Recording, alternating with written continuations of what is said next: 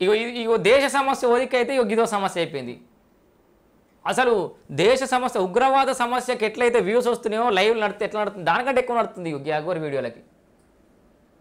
పనికి మాలినోళ్ళు ఖాళీ ఉన్నోళ్ళు ఎంతమంది దేశంలో అంటే మీరు ఛానల్ ఓపెన్ చేయరి ఈ అఘోరికి సంబంధించిన వీడియోలు లైవ్ నడుతా చూడు ఒక్కొక్క దాంట్లో 2000 3000 500 అవలంతా పనికి మాలినోళ్ళే. దేశానికి ఏ రకంగానూ అక్కరకు రాని వార్త అది. ఏ కోసాన్ని కూడా దేశానికి పనికొచ్చేటోడు కాదు, ఆ పనికొచ్చే వార్త కాదు. రాను ట్రెండ్ ఏమడవాడి వ్యూస్ కోసం అడమైన వార్తలు వేసుడు తప్పితే వేతే పని లేకుండా మా వాళ్ళు తయారయ్యారు, చూసుకుంటూ తయారయ్యారు. మీరు చూస్తున్నారు, మేము చేస్తున్నాం మీరు చూస్తారు. ఏది ఏ రకంగా దేశానికి ఉపయోగం చెప్పురి. అఘోరికి 14 రోజుల రిమాండ్ విధించిన చేవెళ్ల కోర్టు చీటింగ్ కేసులో అరెస్ట్. తొలుత సంగారెడ్డి జిల్లా కంది జైలుకు, చేవెళ్ల ప్రభుత్వ ఆసుపత్రిలో లింగ నిర్ధారణ టెస్టు, ట్రాన్స్జెండర్గా తేలడంతో చెంచల్గూడ జైలుకు. సో ఇప్పుడు తేలుడు కాదు, ఏదో ఆధారాలు దొరకదాకా ఇంకేదో జరగదాకా అని ఆపిరు. అట్లా కాకుండా న్యూసెన్స్ కేసు కింద ఎప్పుడో లోపడేసేయాల్సింది. వాహిని టీవీ ఎప్పుడో చెప్పింది ఇది ఫేకు, ఎంత దుకాణం వేరే ఉంది, నాగసాధులు అంటే గిట్లుండరు, వాళ్ళ వ్యవహార శైలి గిట్లుంటుంది, వాళ్ళు గిట్ల మనతోటి కలిసి తిరిగారు, వాళ్ళు ఎక్కడనో హిమాలయాలలో ఆడేడ తిరుగుతారు, గా మాటలు మాట్లాడరు, గింత న్యూసెన్స్ చేయరని చెప్పేసి ధర్మ పరిరక్షణ కోసం అయితే గింతగానే ఇబ్బంది పెట్టరని తీసుకొచ్చి మొత్తం ఫేమస్ చేసేసి ఓ రాజకీయం. తెల్లారు లేస్తే ఏదో దుకాణం. ఆ రాష్ట్రంలో సంక్షేమ పథకాలు ఎడిపోయినా ఎవరికి కాకుండా కానీ ఈమె ఏడిపోతుంది, ఏడుంటుంది, ఏడమంటుంది అని తెలుసు జనాలకి.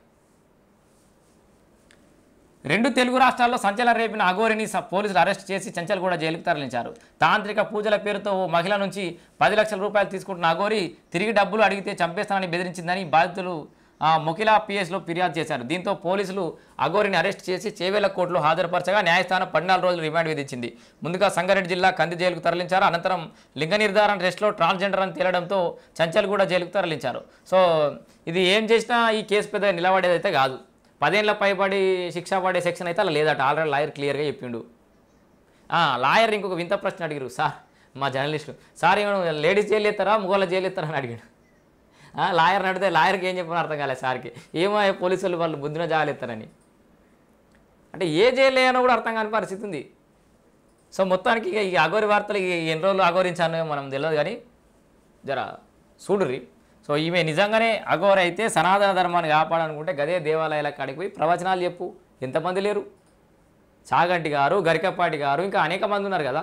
ఎవరిని డిస్టర్బ్ చేయకుండా, న్యూసెన్స్ లేకుండా నీకు నచ్చిన స్థావరం ఏర్పాటు చేసుకో. వాడు ఎవడో వేరే కైలాస పర్వతం ఏదో సపరేట్ దేశం పెట్టుకుని ఆయన ఎవరైనా ఉన్నాడు? అపోయిండి వార్త వచ్చి నిన్న మొన్న ఉన్నాడా? సపరేట్ కరెన్సీ, సపరేట్ కథా కార్ఖానా. గట్ల తెలంగాణలో ఏదో నల్లమల అడవికో ఏడుకో పోయి ఇంత ఆయనతో 5-10 ఎకరాలు కబ్జా చేసుకొని ఆయనతో దుకాణం పెడితే ఓడిసిపోయి ఎవరికి అంటే డిస్టర్బెన్స్ అయితే ఈ పబ్లిక్లో న్యూసెన్స్ ఉండకపోయేది. ఇక కాకపోతే ఈమె వల్ల ఎవరి లాభం జరిగిందో, తాంత్రిక విద్యల వల్ల జరిగిందో లేదో తెలియదు కానీ యూట్యూబ్ ఛానళ్లకు కొన్ని ఛానళ్ళకి అయితే కనీసం డాలర్ల రూపంలో కొన్ని పైసలు అయితే వచ్చినాయి. మా బాలనకి ఎన్ని వచ్చినాయో తెలియదు కానీ